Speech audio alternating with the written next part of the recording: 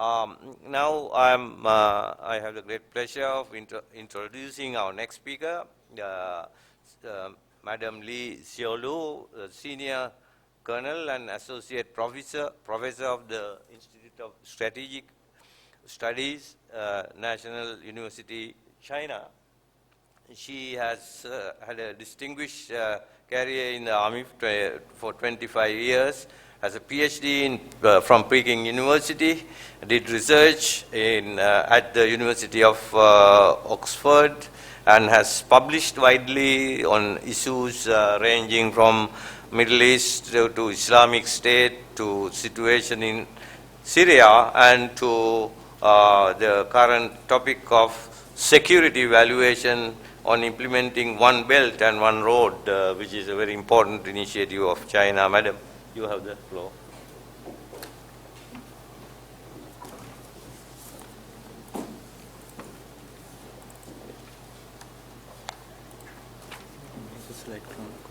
Okay, can I use this one to control? Or?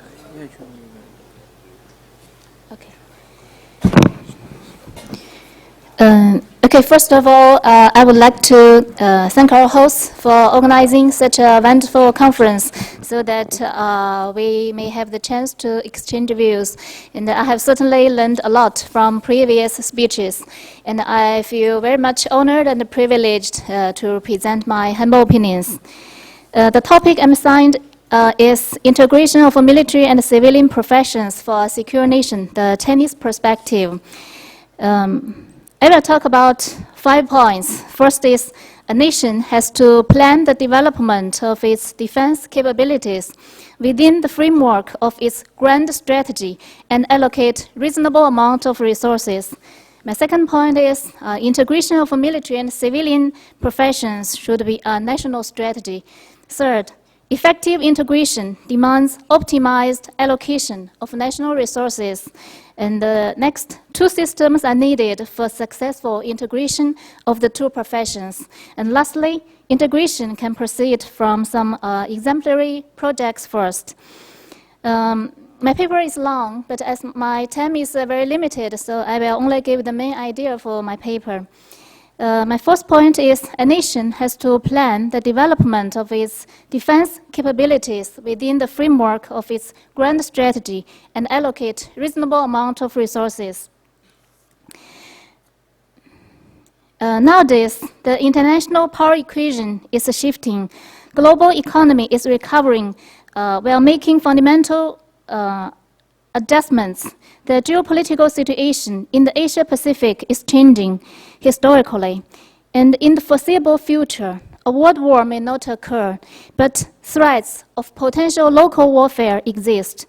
Hegemony, power politics, and interventionism are still practiced by some nations. Religious and ethnic conflicts are becoming bitterer and more intertwined. Border disputes have been causing constant conflicts and crises in the region. The international situation we face today is very complicated. It has affected the security challenges we face and also the way we maintain our security. We are facing much more security challenges than before.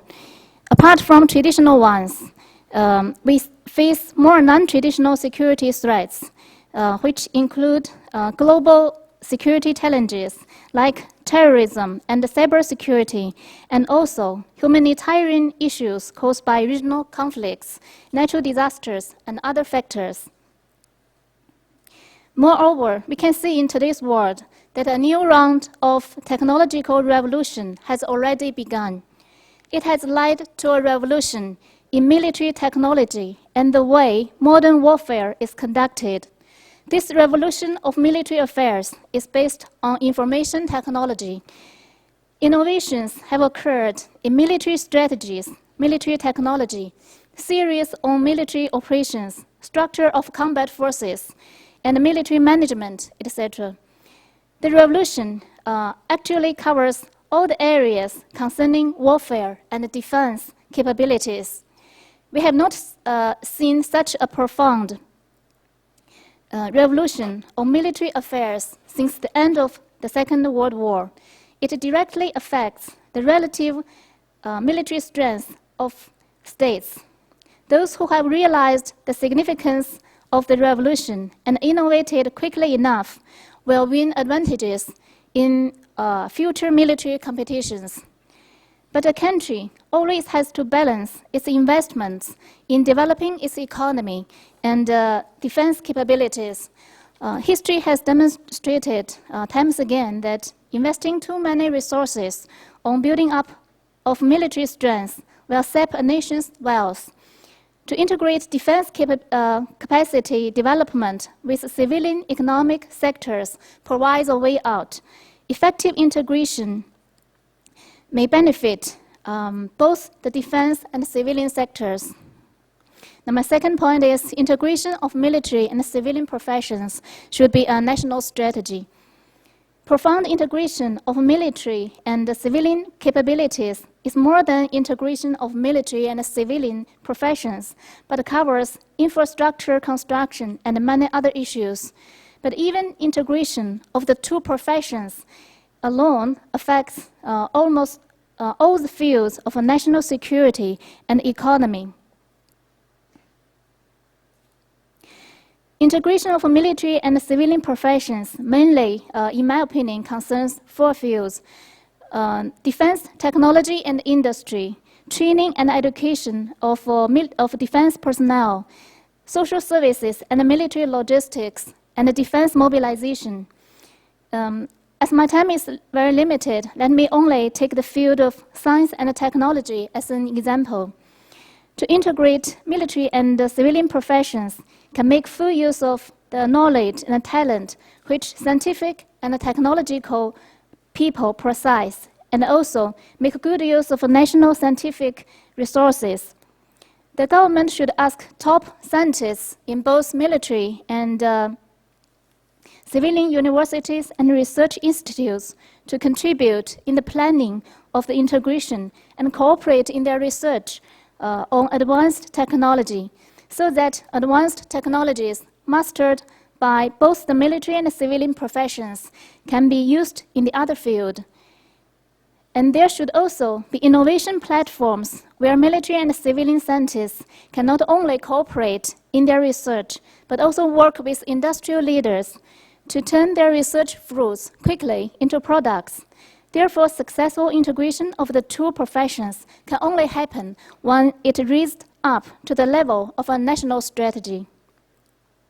Now, my third point is effective integration demands optimized allocation of national resources.